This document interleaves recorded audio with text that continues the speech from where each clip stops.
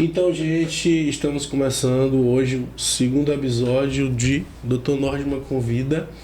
E hoje a convidada, doutora Hanna Correia. Obrigado, Hanna, por estar aqui compartilhando conhecimento sobre endocrinopediatria, uma especialidade bem diferenciada. Os estudantes, quando eu coloquei, ficaram bem interessados sobre os temas e sobre a especialidade também, né? Sobre a formação. Pra gente começar, antes de falar tem muito assunto interessante que a gente vai falar, de obesidade, de baixa estatura, mas explica pro pessoal o que é endocrinopediatria, que é a especialidade médica pediátrica que cuida dos transtornos metabólicos da infância e adolescência. E também explica da formação, que muita gente quer fazer também, ficou interessado. Tem que fazer pediatria primeiro, depois faz endócrino, tem que fazer endócrino primeiro. Tal. Então, vamos lá. Hanna Correia. A endocrinologia pediátrica, ela é uma especialidade que ela derivou da endocrinologia de adulto. Então, é uma especialidade, assim, nova até certo ponto. E aí, o pré-requisito é ter feito pediatria antes ou endocrinologia de adulto. Então, ela pode ir por dois caminhos. E aí, a especialização são 2 anos de especialização em endocrinologia pediátrica. E aí, você tem que ter o pré-requisito antes. Ou a pediatria ou a endocrinologia de adulto. Entendi. Certo. E explica ao pessoal o que é o endócrino pediátrico, o que ele faz. O endocrinologista pediátrico, ele avalia distúrbios hormonais em crianças, não só distúrbios hormonais, mas também acompanha crescimento. Então, não só o crescimento do ponto de vista de doenças, mas o crescimento também normal. Avalia também algumas outras doenças, como doenças crônicas, obesidade, diabetes, tireoidites. Então, entra tireoidite de Hashimoto, hipotireoidismo, hipertireoidismo. E algumas alterações ósseas também, como baixa estatura, displasias ósseas e outras doenças sindrômicas também, sindrômicas. Que envolve doenças raras também, que envolve sempre alguma alteração metabólica, né? Isso. Beleza. Então vamos começar a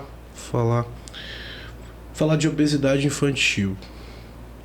Eu trouxe 2 dados aqui da OMS. 33% das crianças brasileiras estão acima do peso e 1 a cada 3 crianças estão com excesso de peso. É bem alarmante esses dados, né? A obesidade, ela vem com a prevalência aumentando aí nos últimos anos. E qual é a explicação para isso, Ana? A pandemia trouxe muita coisa ruim pra gente, né? E a obesidade, ela veio caminhando junto com isso. A gente já tinha dados aumentados do consumo de produtos industrializados, sim, fast food, que auxiliavam muito e, assim, ajuda, né, a obesidade. E a pandemia piorou isso. Então, a pandemia e o uso de produtos industrializados, comidas ricas em conservantes, eles aumentaram muito, né, o consumo das pessoas. E, associado a isso, o tempo de tela. Então, as crianças, hoje em dia, têm um tempo de tela mais de 2 horas por dia. Tem crianças que ficam 10 horas por dia em frente às telas. Então, diminui a atividade física e aumenta o consumo.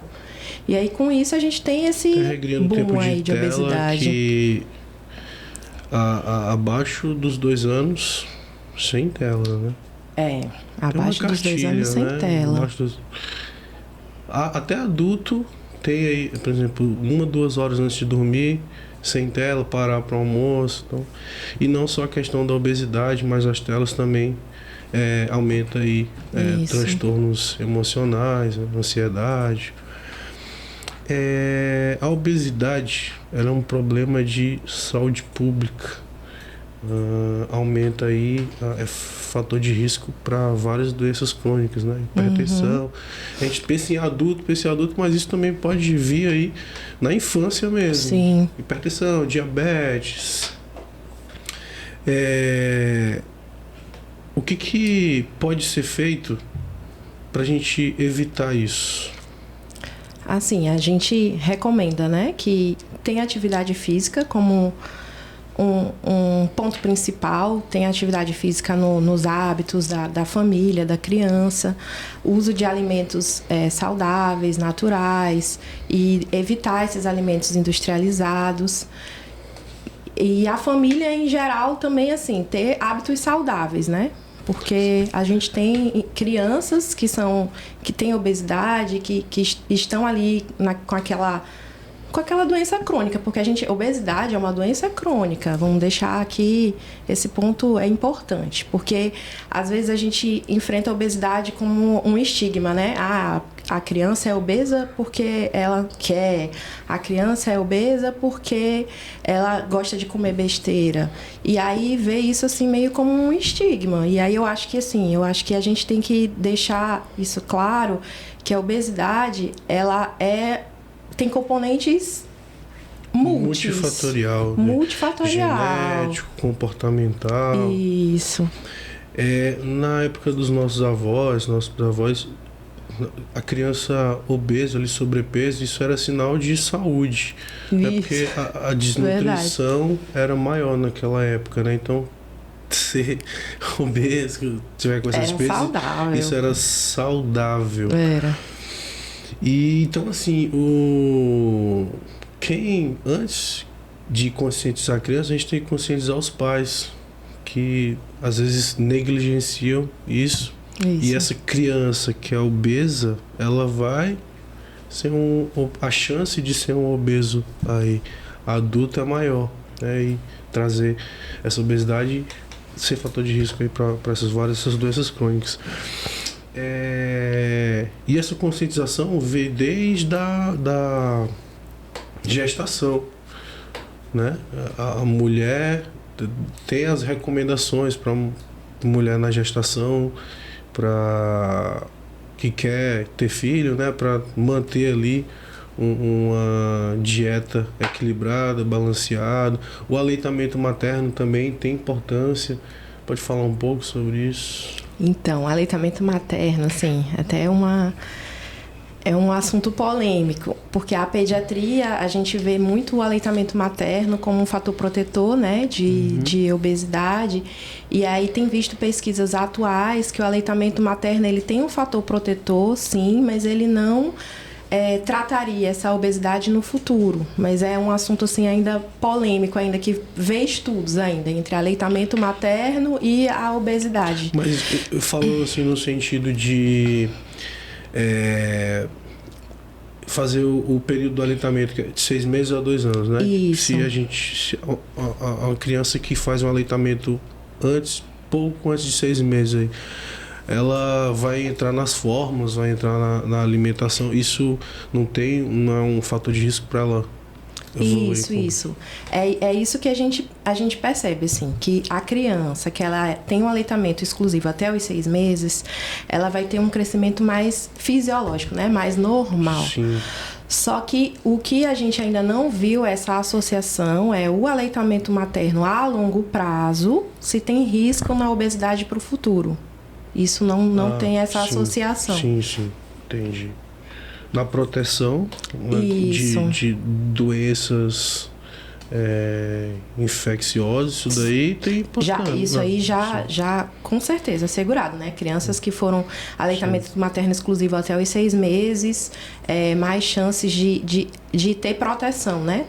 Tanto da via do aleitamento, quanto por conta da nutrição, né? Da nutrição, que é mais saudável do que o uso de fórmulas. Essa introdução alimentar, ela também é um ponto importante. Quando é que a gente pode introduzir açúcar para a criança, por exemplo? Então, o açúcar a gente só libera depois dos 2 anos. Açúcar mesmo. A criança consome açúcar através dos alimentos. Então, na fruta, a gente às vezes esquece, mas a fruta tem açúcar, tem a frutose. Sim. Então, o açúcar mesmo dos alimentos, a criança já consome já desde o início, né? Desde os 6 meses da introdução alimentar. Agora, o açúcar mesmo, o que a gente coloca, o açúcar, o branco, os açúcares dos alimentos industrializados, só após os 2 anos. Entendi. E os industrializados, refrigerante e tal, isso não... Nunca, né? O certo era ninguém quando consumir. Quando a gente puder retardar mais isso, né? Entendi. A obesidade, como a gente falou, é multifatorial. Genético, ambiental, comportamental. Então, a gente precisa de uma... Com certeza, os teus pacientes... Tu tem uma equipe, né? Um tratamento multidisciplinar. Nutricionista, médico, psicólogo, educador físico. E a obesidade, ela se divide em obesidade primária, que é essa que pega a interação dessas alterações genética, comportamental, enfim.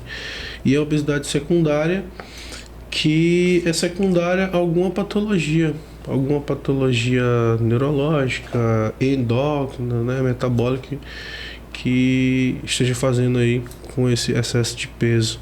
No caso, a gente precisa fazer um diagnóstico, né? Quando é que a gente suspeita de uma obesidade secundária patológica, que tem alguma doença ali por trás? Eu vi que é importante a gente olhar para a estatura, né? Que isso é um sinal. Isso, a gente tem, na verdade, assim, uma medida que é o IMC, né, que é muito importante, e aí a gente tem classificação. Então, quando a gente tem a obesidade, a gente tem aquela criança ali acima do percentil 98, que aí essa curva já é uma curva da CDC. Muita gente não vai entender. Isso vamos explicar. Vamos lá, explicar. A obesidade, como é que a gente classifica? Se tem sobrepeso, se é obeso grave, se é obeso, é através do IMC. Índice de massa corpórea. Como é que a gente calcula o IMC? Pronto. Então, o IMC a gente faz um cálculo que é o peso dividido pela altura ao quadrado. Certo. Então, a gente faz esse cálculo do peso dividido pela altura ao quadrado e a gente tem uma estimativa de quanto que aquele peso está acima da altura. Isso. Não é isso? E aí, se esse cálculo, ele tem... Só que é diferente do adulto, que muita gente... IMC, eu sei. Na criança é diferente, que a gente tem os gráficos, aqueles gráficos ali. Isso. Aí tem que jogar esse IMC na tabela de acordo com a idade, com o sexo. Isso. Aí esses são os percentis. Que tem doenças. E aí a gente joga no gráfico. Certo, aí faz toda essa dificuldade para classificar, né? Isso. Certo, aí usa o IMC, jogou lá no gráfico. Aí sim, na tabela a gente vê se é sobrepeso, se é obesidade extrema. Ou normal, né? Ou a criança normal. E sim, aí prossegue aí, como é que você estava falando? Da patológico, né, que a gente suspeita. Sim. A obesidade, né? Aqui é aquela obesidade que já está associada à comida, né? A excesso de comida, que não faz atividade física. Geralmente ela não está associada a uma baixa estatura. Então é uma coisa assim que é bem diferente da obesidade que é, por exemplo, sindrômica. Então, quando a gente tem uma obesidade que é associada a alguma doença endocrinológica, geralmente a gente tem excesso de peso, mas não tem uma alta estatura. A gente tem um excesso de peso e uma baixa estatura. Certo.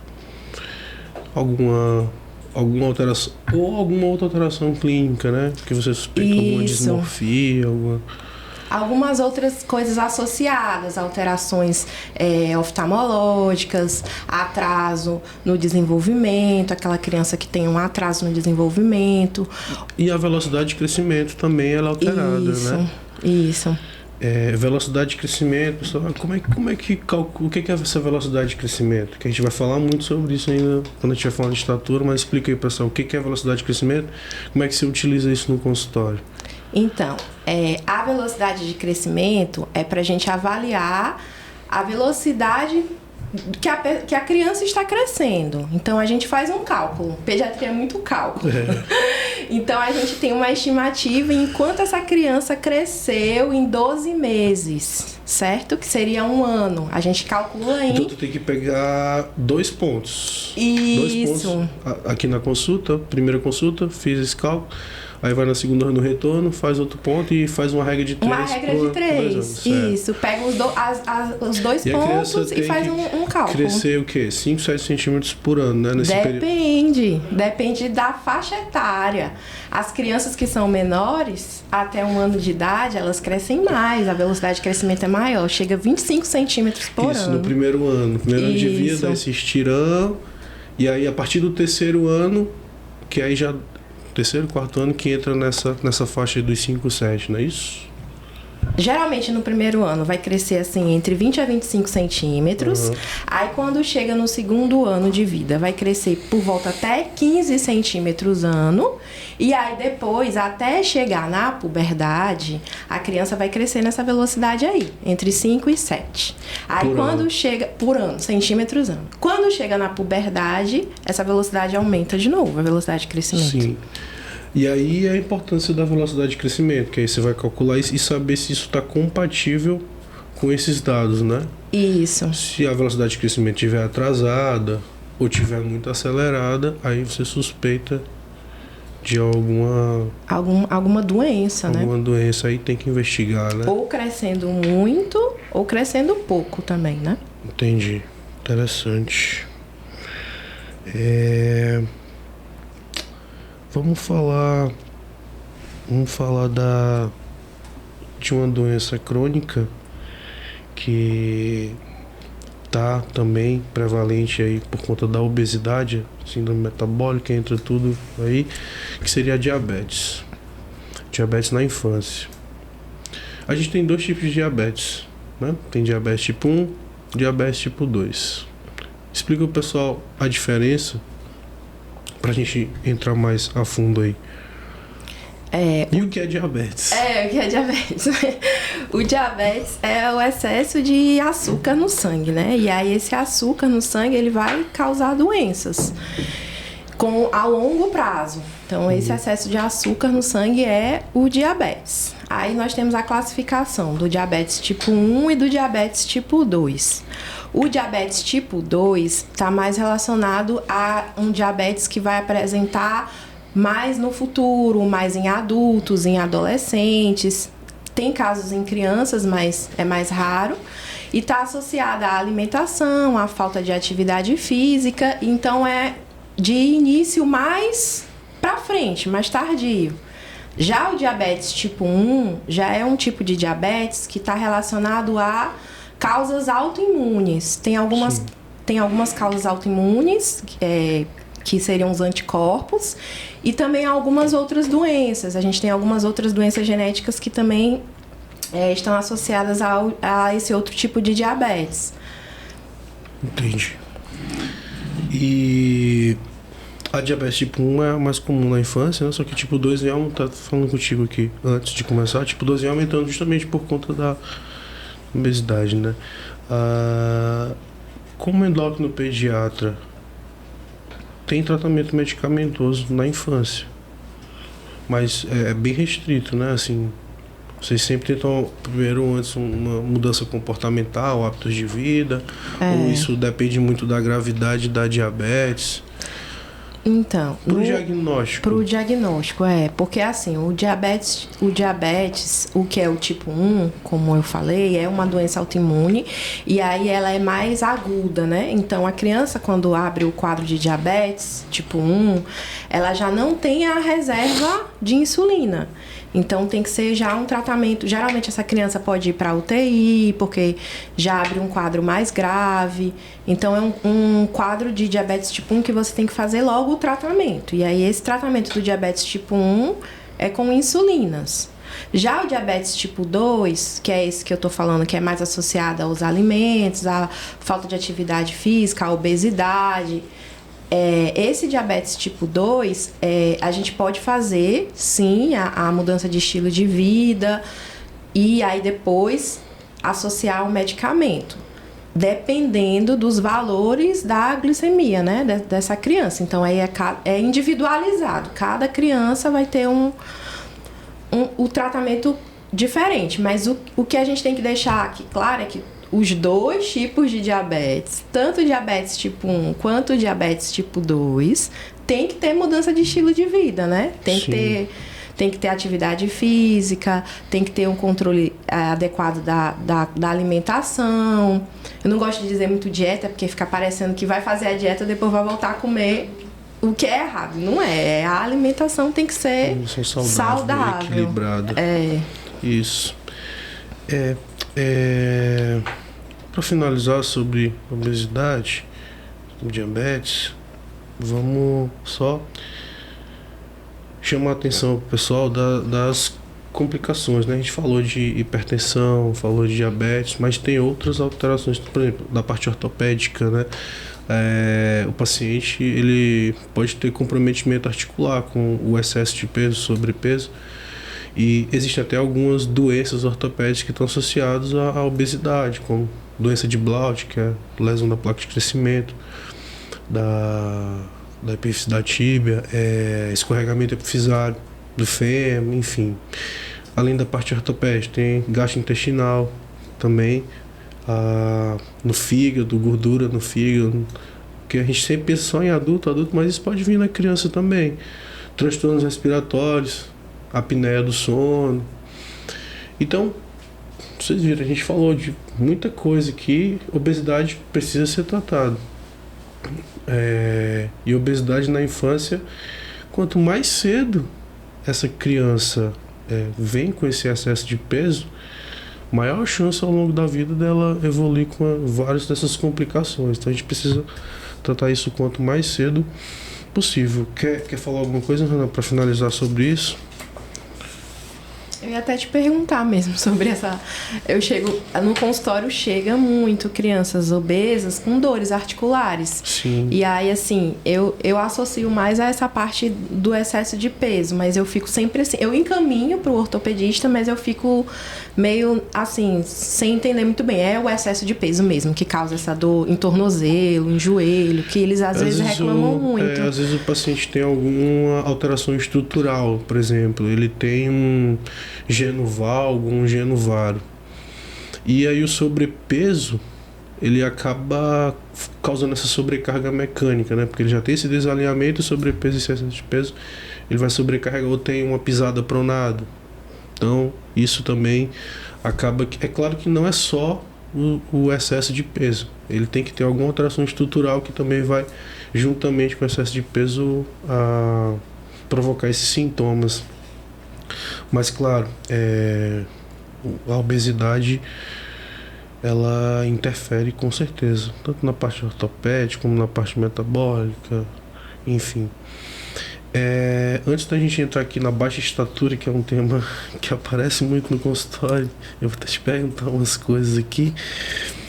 Falar um pouco da tua formação, Ana. Fez endocrinoped lá em Recife, né?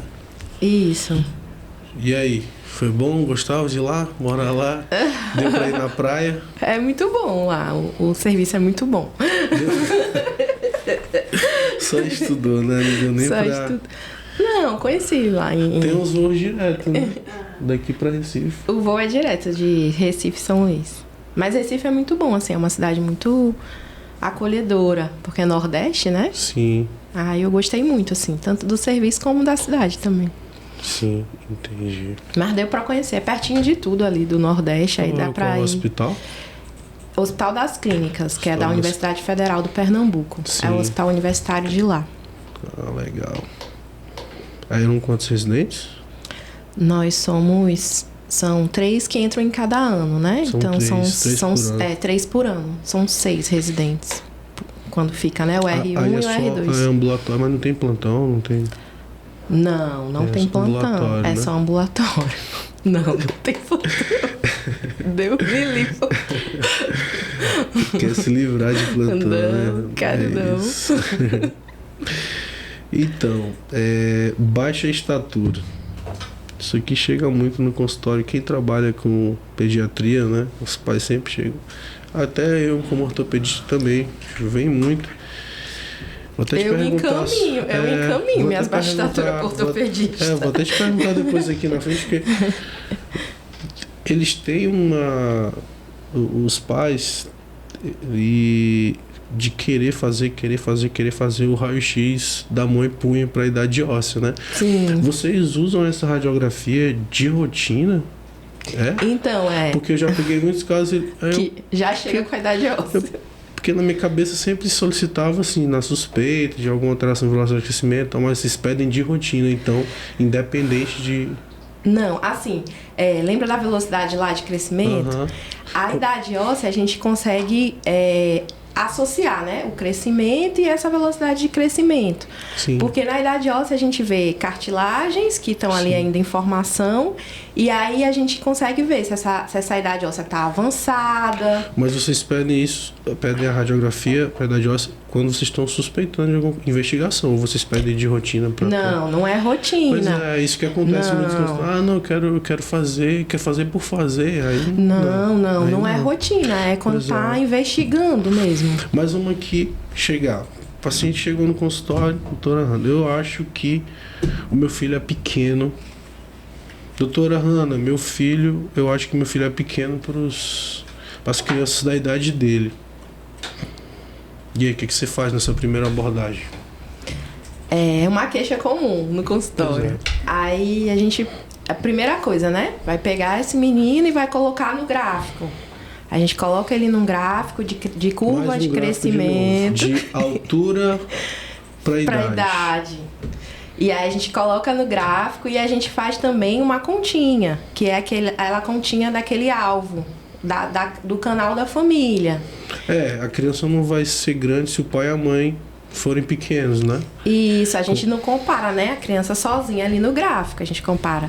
No gráfico a gente compara a criança com outras crianças, que é o gráfico, e a criança, de altura para idade, e a criança no canal familiar. Esse da criança no canal familiar, como é que é o cálculo? Aí é uma continha. E meninas? Menino. O menino tem que ser a altura do pai mais a altura da mãe. Menos 13. Não, mais 13. É menino. Menino é mais 13. Mais 13. É menino. A altura do pai mais a altura da mãe. Mais 13. Mais 13. Divide por 2. Aí é mais ou menos 8,5. Isso. Aí tem autores que dizem 7, 7,5. Tem autores que dizem que é 8. É a altura do pai menos a altura... Não, soma também.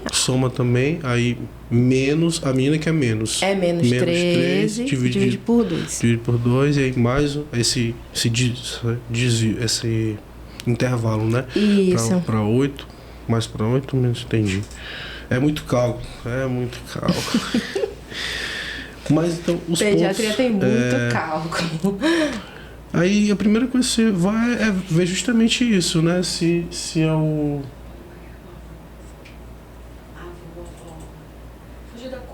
Variar entre o avô, a avó, não ser só o pai e a mãe? Não, o cálculo é pai e mãe. Pai e mãe. O cálculo é pai e mãe. Sim. É pai e mãe mesmo. A avô e a avó entra enquanto tá pensando já em causa familiar, mas endocrinológica. Por exemplo, a criança tem alguma deficiência genética e aí a família tem essa deficiência genética e não foi identificada. Aí... Quando você pergunta assim, mas é só ele que é pequeno? Aí, não, doutora. O avô, a avó, o tio, a tia, todo mundo é pequeno. Todo mundo tem... Aí, o que é pequeno, né? A gente considera o que é pequeno, o que é baixo. Os homens abaixo de 1,60 e as mulheres abaixo de 1,50.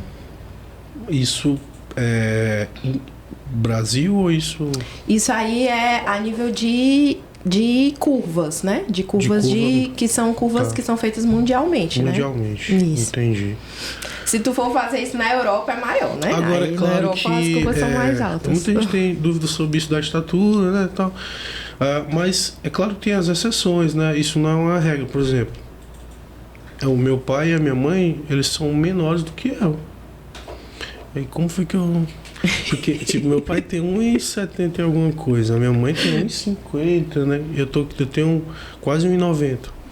Aí tem as exceções, né? Porque tem o fator ambiental, então, enfim. Então, mas aí... Eu dei sorte. Tem um livro só sobre crescimento. Eu preciso fazer alguma investigação.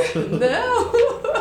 Aí a comida que foi diferente, a atividade física. Pois é.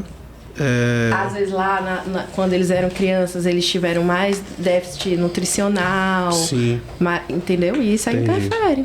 Sim, isso mesmo. Do que a gente agora. Eu também, eu sou mais alta que meus pais. Tu tá mais alta do que eu aqui no podcast, né? Eu sou mais alta que meus pais.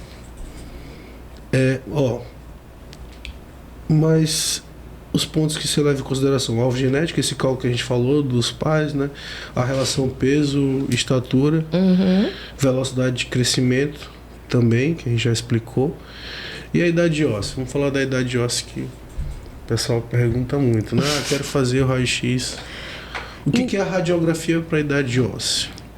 Então, deixa eu te falar, eu não vou falar.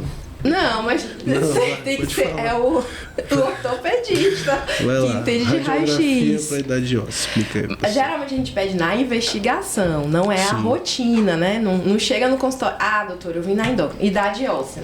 Não é assim. A gente faz uma investigação. Por exemplo, na puberdade precoce, a gente pede idade óssea. Para saber se essa idade óssea está avançada, ou seja, está mais para frente do que a idade da criança. Na baixa estatura, a gente pede a idade óssea para saber se essa idade óssea está atrasada para a idade dessa criança ou está adiantada e a idade óssea está adiantada e a criança está com uma idade aqui. Por exemplo, tem 6 anos e a idade óssea está como se fosse para 11 anos, entendeu? Então tá muito... Tá avançada muito isso. Avançado. Mas aí não é assim também de cabeça, é outro cálculo. Sim, entendi. A gente tem um gráfico, uma tabela. Tudo tem gráfico. Pra idade óssea. Isso. Aí cada idade tem o desvio da idade óssea. Entendi. Entendeu? Não é assim, tá avançado tanto.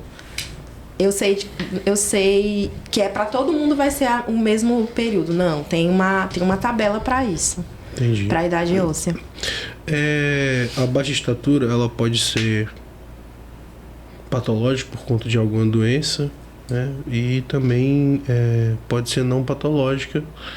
E aí pode ser tanto pela baixa estatura dos pais, a baixa estatura familiar, mas tem um ponto que é o retardo constitucional do crescimento da puberdade. Isso. Ou seja, esse crescimento ele só está retardado, né? Depois ela vai dar um estirão e vai entrar. Explica pro pessoal o que é isso. É difícil isso, ó. Geralmente o RCCP, né? É o retardo constitucional do crescimento e da puberdade. Certo. Ele é geralmente mais comum em meninos. E aí é como se o menino tivesse esse potencial de crescimento mais tardiamente. Isso por quê? Porque ele vai atrasar a puberdade. Sim. Porque o menino, ele no período da puberdade, ele vai aumentar a velocidade de crescimento. Esse menino que tem um retardo do crescimento constitucional da puberdade, ele vai crescer mais para frente porque ele atrasa um pouquinho a puberdade. Mas não é um atraso que a gente considera... Porque o que a gente considera o que é o atraso que a gente tem que investigar. Quando o menino demora para chegar em puberdade depois dos 14 anos.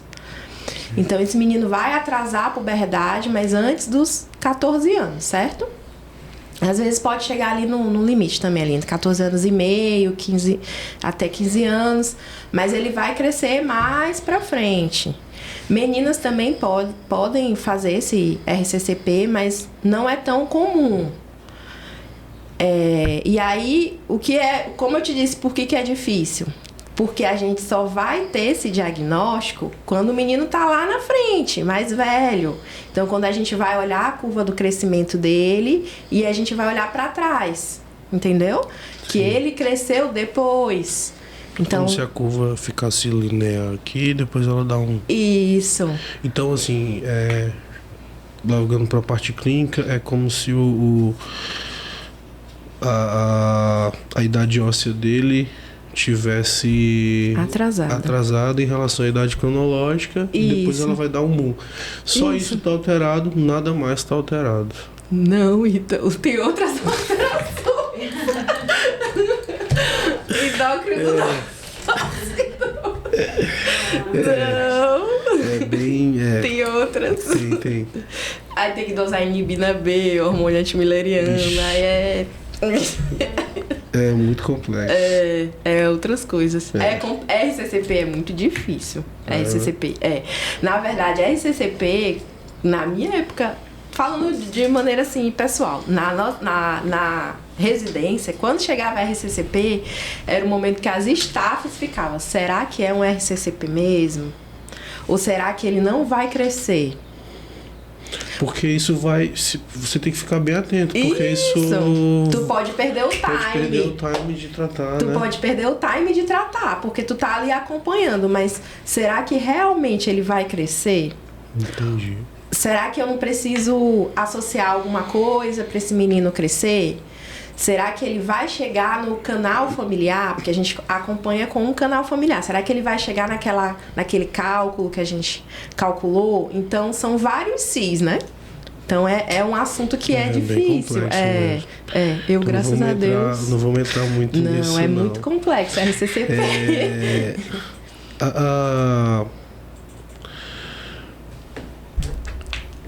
A baixa estatura patológica, né? Aí tem alguns pontos que a gente vão indicar a gente de suspeitar quando ela é patológica. Tem alguma doença por trás, que é a velocidade de crescimento alterada, se tem alguma dismorfia, alguma alteração clínica. Pronto. E a baixa estatura desproporcional. Isso. O que é essa baixa estatura desproporcional? Aí é importante também, quando a gente faz o cálculo da baixa estatura, né? Botou a criança no gráfico, a criança lá tá abaixo do que é esperado para idade dela e para o sexo. E aí a gente faz uma outra medição que é dos membros, né? E aí também entra a ortopedia nesses casos. A gente vai saber se essa criança ela tem um tronco maior ou menor do que as pernas. É porque no desenvolvimento da criança, no desenvolvimento fisiológico, ela começa com o tronco maior do que os membros inferiores, né? Isso. E aí depois os membros inferiores vão aumentando, esse tronco vai diminuindo. Aí vai então diminuindo. Essa relação ela vai alterando. Isso. Aí a gente faz uma continha. A gente pode fazer mede a criança em pé, e aí depois põe essa criança sentada, e aí mede ela sentada. Sim. E aí a gente faz outra conta para poder calcular a altura sentada da criança. E aí coloca numa curva para saber se essa criança tem o tronco diferente, porque é para ter o tronco maior, né, do que as pernas. Daqui no início da vida, né? Porque lá na frente as pernas é para ser um pouquinho maior. E aí quando você tem uma alteração nessa relação, por exemplo, aqui na infância mais baixo, se a perna já está um pouco maior que o tronco, a gente já suspeita de alguma displasia óssea. Isso. E aí a gente suspeita que essa criança não tem uma baixa estatura só por deficiência do hormônio de crescimento. Frente, o tronco é muito maior. Lá no final do crescimento, o tronco é muito maior do que as pernas, a gente também suspeita. Esse encurtamento de membro, né? Isso. Aí tem mucopolissacaridose, enfim. Isso. Aí a gente investiga essa parte óssea, né? Aí pede radiografia, Sim. Pede os exames relacionados ao osso e encaminha para o ortopedista. Também, infantil. Né? Também, né? Porque o ortopedista ele vai tratar das deformidades. Né? Isso. Tem várias causas patológicas de baixa estatura, mas a deficiência de H é a mais comum. Então vamos falar um pouquinho da deficiência de GH, que eu acho interessante. Primeiro explicar ao pessoal o que é o GH, o hormônio de crescimento. O hormônio de crescimento, a gente produz ele, né, de maneira contínua no nosso organismo. É um hormônio que ele é liberado em curvas, então ele tem picos e aí depois ele fica mais baixo, e durante o período do sono ele tem picos maiores. E algumas crianças têm defeito dessa liberação ou na sinalização. Tem algum defeito lá no caminho para esse hormônio de crescimento incentivar o crescimento lá na placa de crescimento, né? Na placa de crescimento. E aí essa criança vai ter a deficiência do hormônio de crescimento. que é a gente põe a sigla, né? DGH, e aí que é o hormônio de crescimento. Então, ela pode ter uma deficiência desse hormônio de crescimento. E aí, a gente vai avaliar se essa criança tiver deficiência do hormônio de crescimento, a gente vai ter que fazer o tratamento dando o hormônio de crescimento. Não é toda criança que tem, os pais têm muita dúvida, né? Que baixa estatura e quer entrar com a medicação. Não é toda criança que tem indicação de fazer o tratamento com a somatropina, né? Não, a somatropina, né? A somatropina é o nome da medicação que a gente prescreve. Só que a gente tem que primeiro definir qual é a causa da baixa estatura, né? Então, essa criança tem baixa estatura, é por deficiência do hormônio de crescimento? Aí a gente faz a investigação para isso. É deficiência do hormônio de crescimento? Vou prescrever somatropina. Investiguei tudo, não achei a causa daquela baixa estatura. É uma baixa estatura sem causa? Aí a gente usa aquele termo, né? Idiopática. Idiopática, eu não achei a causa. Não achei a causa. A causa está em algum lugar. E aí a criança se beneficia do uso do hormônio de crescimento? Aí eu também prescrevo o hormônio de crescimento para essas causas. Como é que a gente vai saber se ele se beneficia? Como que a gente vai saber? Isso aí entra essa outra investigação. Por exemplo, na displasia óssea. Sim. Tem algumas displasias ósseas que a gente não se beneficia pelo hormônio de crescimento. E aí tem que investigar, né? Se for uma baixa estatura por displasia óssea, por exemplo, que não se beneficia, não vai adiantar eu prescrever o hormônio de crescimento para essa criança, porque ela não vai crescer, entendeu? Entendi. E uma coisa que eu até botei que chamou a atenção, a criança no primeiro ano de vida, o crescimento dela está mais relacionado com a parte nutricional, né? Porque assim, às vezes você tem uma criança que nasceu bem grande, ele primeiro, e aí depois ele não virou um adulto grande. Aí, mas ele nasceu grande. Porque no primeiro... Quer explicar? Explica aí. Geralmente no primeiro ano tá mais relacionado a causas nutricionais mesmo, esse crescimento dele, né?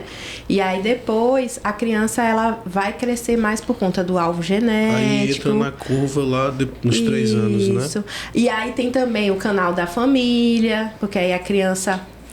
a gente costumava dizer assim, as crianças geralmente nascem do mesmo tamanho, né? 49, 48, 50 centímetros.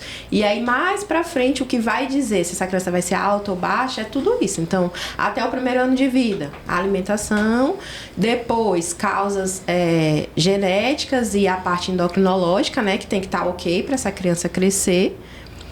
E... só isso. Isso aí do GH do pico à noite, tá? Dormir bem, influencia também? Influencia.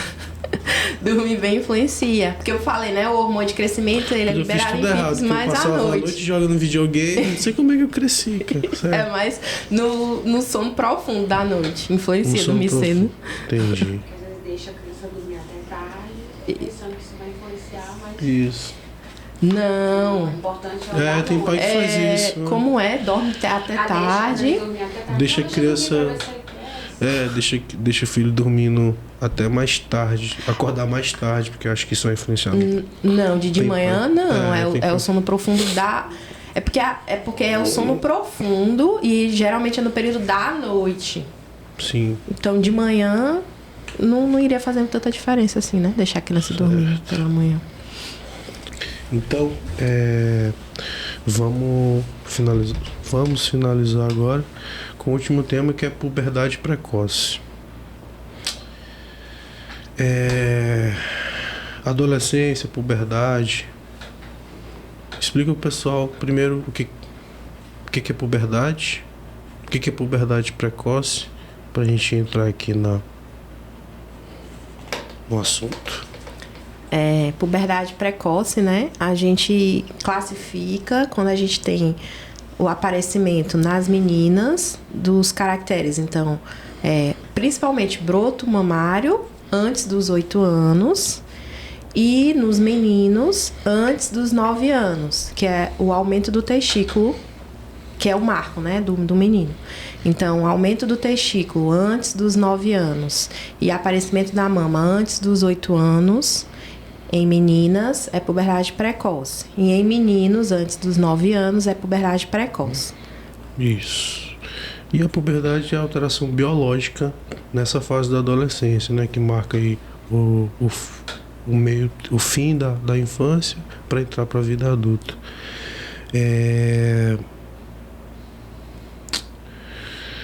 A paciente, quando é que você suspeita que o paciente está com puberdade precoce? Suspeita é clínica mesmo? É suspeita clínica, né? Geralmente a dúvida no consultório quando chega é: doutor, eu queria saber se é normal, esse peitinho já está aparecendo. Doutora, geralmente os meninos eles demoram mais a chegar, né, nesse consultório. Mas geralmente as meninas, a queixa é: doutora, eu queria saber se esse peitinho que está crescendo é normal ou não. Então a primeira suspeita é a suspeita clínica. E aí, além nas meninas, além do aparecimento da mama, vai ter também o aparecimento dos pelos, né? Precocemente, que seria esse antes dos 8. O cheirinho também na axila, né? Aquele odorzinho, sim, que seria já da adrenarca. Oleosidade na pele, né? Acne no rosto. Em algumas meninas é relatado também mudança do comportamento. Entendi. E nos meninos também a suspeita clínica, né? O aumento do volume do testículo. O odor axilar também, né? Da adrenarca. E o surgimento dos pelos. E a puberdade precoce, tu vai falar por que ela é prejudicial, mas uma coisa interessante, né? A gente lembra da nossa adolescência, pré-adolescência, a gente lembra dos nossos colegas que eram mais desenvolvidos, que eram mais altos, mais desenvolvidos pra gente na época, só que naquela época, provavelmente porque tava na puberdade precoce, eles eram mais desenvolvidos pra época, só que aí eles tiveram esse crescimento retardado. Então lá na frente eles vão ser menores. Na época eles tinham uma alta estatura, só que eles param o crescimento, ele fecha, as linhas de crescimento fecham mais rápido, né? Isso. Além disso, assim, por que a puberdade precoce é prejudicial? Também tem o fator social, né? Porque a menina fica mais desenvolvida muito cedo, e aí isso chama mais atenção, enfim. Tem a gravidez na adolescência, isso, né? Então é prejudicial não só tem essa prejudicial do ponto de vista de crescimento, mas estatura, psicológico também, né? Isso. Desse amadurecimento mais cedo, gravidez na adolescência da menina. No menino, é aquele menino que é mais tímido, né? Porque ele é o mais alto, o mais desenvolvido da turma. Então tem toda essa questão psicológica associada também ao crescimento, né? Como você falou, que tem esse fechamento precoce. E aí a gente tem 2 tipos de puberdade precoce. Tem a central e a periférica. Explica ao pessoal aí qual é a diferença. A gente tem a puberdade precoce central, que as duas puberdades são por desorganização, né? Do eixo hormonal. Só que a puberdade precoce central, ela é como se fosse o comando, né, que seria a hipófise e hipotálamo, que manda para as gônadas, no caso, ovários. Isso, o eixo hipotalâmico e hipofisário, que está comandando. Então, ele manda a sinalização para ovários nas meninas e testículo nos meninos, e aí ocorre a produção dos hormônios sexuais, de maneira aumentada, que não era para acontecer. Essa sinalização, ela é idiopática? Então, existem várias causas que a gente já sabe de causas da puberdade precoce central. Uma das causas pode ser genética, e aí por isso que às vezes tem muita história de puberdade precoce central na família. Tem também relacionados a estimuladores, então o ambiente externo, né? Aí a gente lembra dos disruptores endócrinos, uso de substâncias que podem desregular. Disruptores endócrinos? O que é isso? Disruptores endócrinos são substâncias que podem aumentar essa produção hormonal. Então, aí são bisfenol, pesticidas, substâncias que estão em plásticos, perfumes, pesticidas, detetização, faz detetização de casa. Entendi. Tudo isso é disruptor endócrino. Perfumes. Olha aí. Desodorantes, shampoos, condicionador. Isso eu não sabia. Uso de maquiagem. Você vê muita criança usando maquiagem. Meninas, principalmente, usando maquiagem. Isso também é um disruptor endócrino que pode sinalizar para a puberdade precoce? Pode. Olha aí, ó. Pode. Maquiagem. Essa, interessante. Legal, pode continuar. E aí tudo isso desregula esse eixo. Aí quando é esse comando do eixo hipotalâmico hipofisário, é a puberdade precoce central. Porque vem lá de cima. Isso. E a puberdade precoce periférica é ao contrário, né? Já tá dizendo. Periférica. Então, que não tem relação com o GnRH, né? Que é o hormônio liberador das gonadotrofinas. Isso, certo. Isso. E aí o periférico pode ser alguma, tipo um tumor, um cisto que esteja aí sinalizando? Geralmente as periféricas, a gente tem causas que são ligadas ou à gônada ou a outros órgãos endócrinos. Então, por exemplo, um tumor testicular, um tumor numa glândula que é a adrenal, que fica lá no rim. Crianças que têm hiperplasia adrenal, e aí elas têm a puberdade periférica primeiro, e aí às vezes evolui para a puberdade precoce central. Uso de hormônios, às vezes por acidente. O pai usa hormônio tópico, né? Testosterona tópica. E aí essa criança entra em contato com essa substância. E aí ela evolui para uma puberdade. Nesse caso é uma puberdade que a gente considera periférica. Até isso. Até isso. Externo. Uso externo na pele que você abraça a criança, que você tem contato direto na pele, a criança pode absorver uma parte dessa substância, sim. Nem tudo é puberdade precoce também. Tem aqui o que a gente chama de variações benignas do desenvolvimento puberal. Isso. Né? Telarca precoce, adenarca precoce, menarca. Telarca precoce. Ela é benigna, ou seja, aparece e não tem nada a ver com puberdade precoce. Né? Explica pro pessoal o que é isso. Então, aí a gente tem as classificações, né, de puberdade que não é patológica. A telarca precoce é uma queixa comum também no consultório da endocrinologia. Pode acontecer ali por volta do período que a gente chama mini puberdade, que é mais comum em meninas até os 2 anos. E aí a gente tem aquela telarca precoce, aquela menina que chega no consultório com 1 ano e meio, 1 ano, com o aparecimento do peito, do seio. E aí a gente... É mais comum nos primeiros 2 anos de vida, né? Bem precoce mesmo. Bem precoce. E aí a gente faz esse acompanhamento dessa telarca precoce. Geralmente é fisiológica, né? Fisiológica seria aquela que não vai evoluir, que seria o normal. Aí, não vai caso, evoluir para a puberdade. Aí não faz nada. Você investiga e acompanha, né? Acompanha no consultório. Então, se tem uma telarca isolada, aí vale a pena investigar, mesmo assim. Mesmo na suspeita de ser uma telarca precoce. A telarca, você sempre vai investigar, né? Sim. E aí, o período que é mais comum, que é essa telarca precoce isolada fisiológica, é antes dos 2 anos de idade.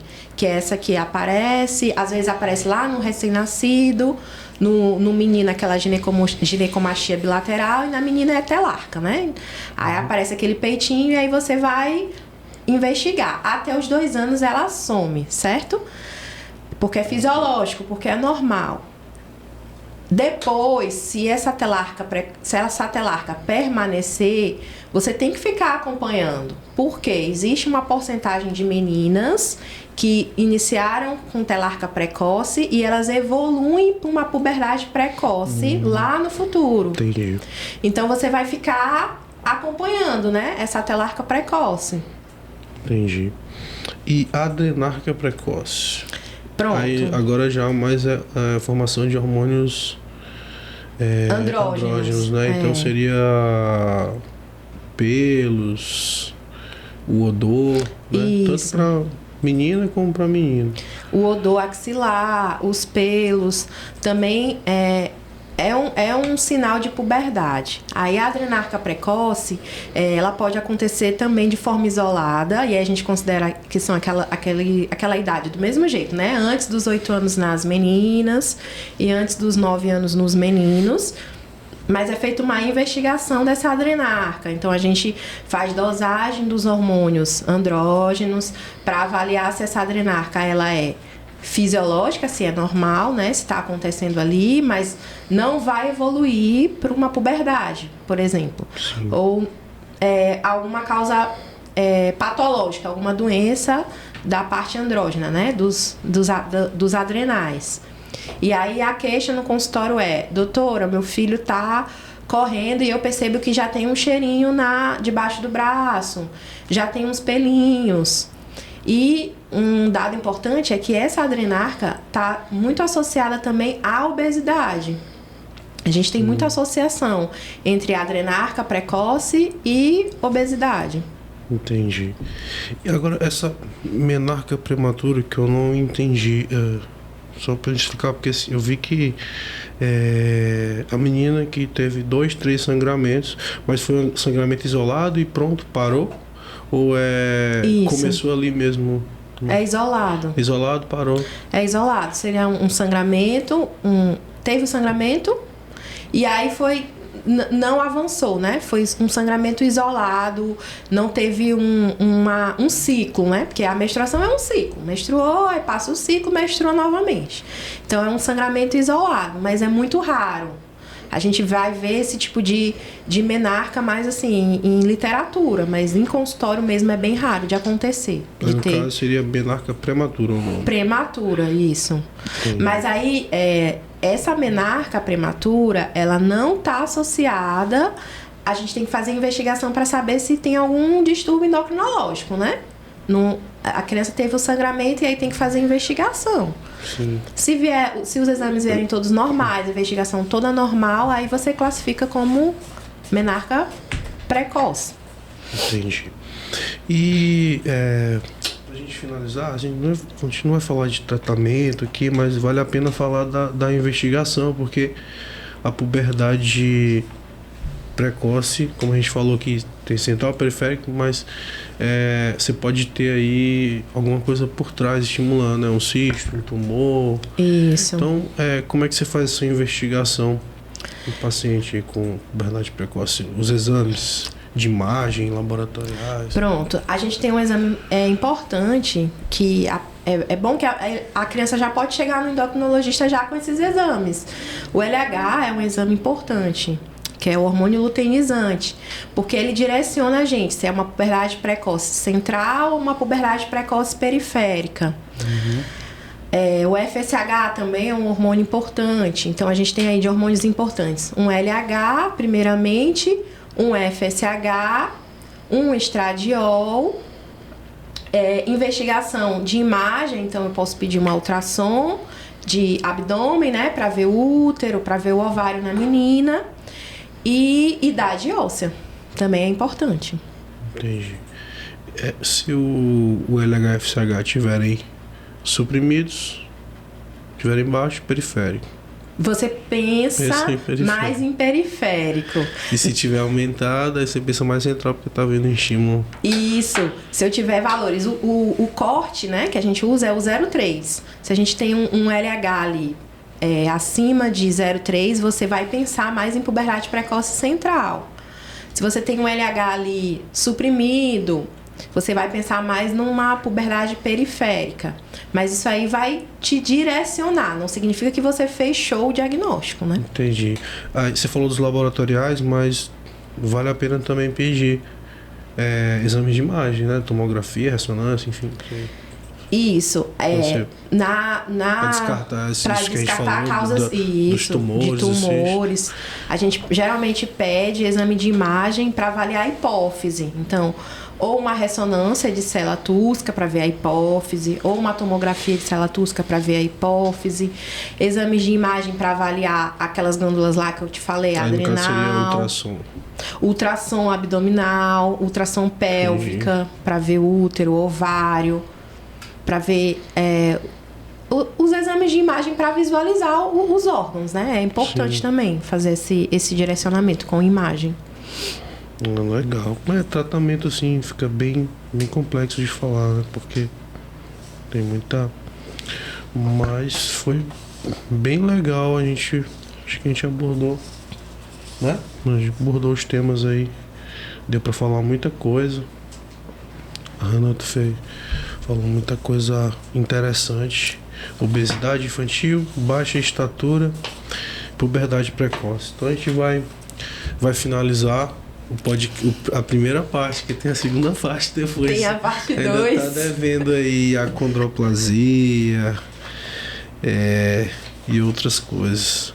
Mas obrigado, Hannah. Obrigado por aceitar o convite, tá? Nada. Foi muito, muito legal, muito proveitoso conversar contigo. Tá certo. E quer falar alguma coisa, pessoal aí? Que assistiu o podcast? Obrigada, né? Quero agradecer o convite. Obrigada. É sempre bom, assim, vir, né? Pra tirar as dúvidas dos pacientes. E deixar, assim, à minha disposição, né? Pra dúvidas. É sempre bom, se você tiver dúvida, você perguntar pro pediatra: doutora, será que não está na hora de encaminhar para o endócrino? Então é sempre bom você questionar isso, né? Com o seu médico assistente, o seu pediatra que está ali acompanhando. Qualquer dúvida também, vai lá no Instagram da Hannah, Hannah Daniele Endoped. Isso aí. Beleza, então, gente. Finalizando esse segundo episódio, Dr. Nordman convida endócrino pediatria. Espero que vocês, com certeza, quem assistiu do início ao fim, pegou muita informação interessante, legal. E é isso. Obrigado.